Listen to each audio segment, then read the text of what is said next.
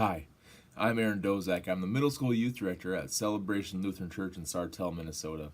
I have been on 14 Youthworks mission trips so far, and I'm already planning our number 15 this summer to Portland, Oregon.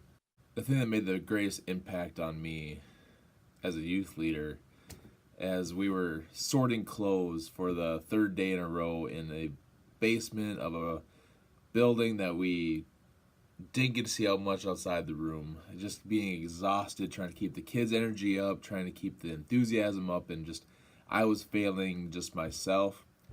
And I looked at one of my students, and he saw the look in my face, and he says to me, "Aaron, do you not realize what we're doing today?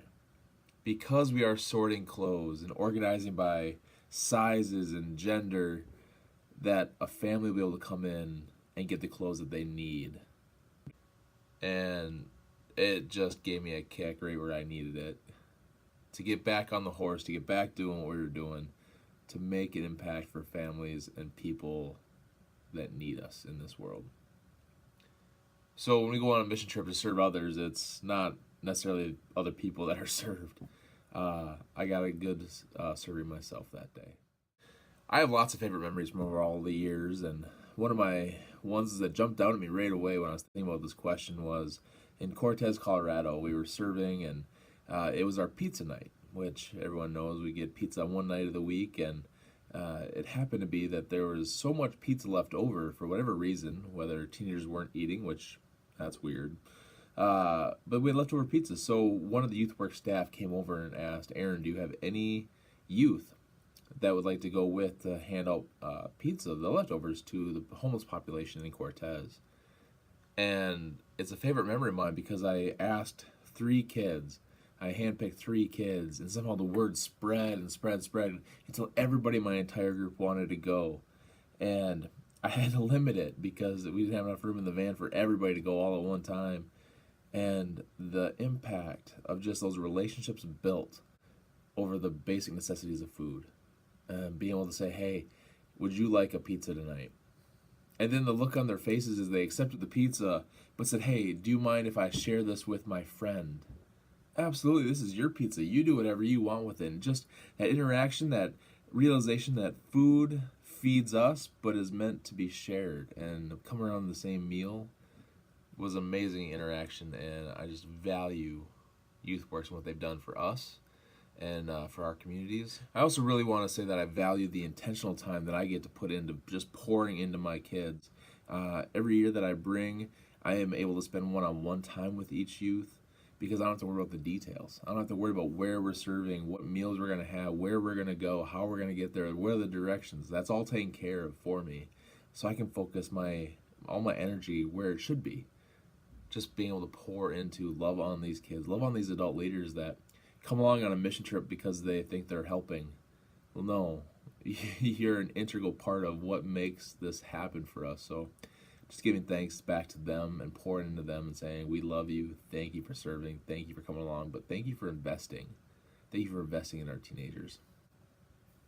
The craziest story that ever happened, which I've realized over all the years that a lot of the craziness happens more on the way to or on the way from a mission trip, because we're so busy and so intentional with our time while we're in those serving communities that a lot of the craziness happens on the road.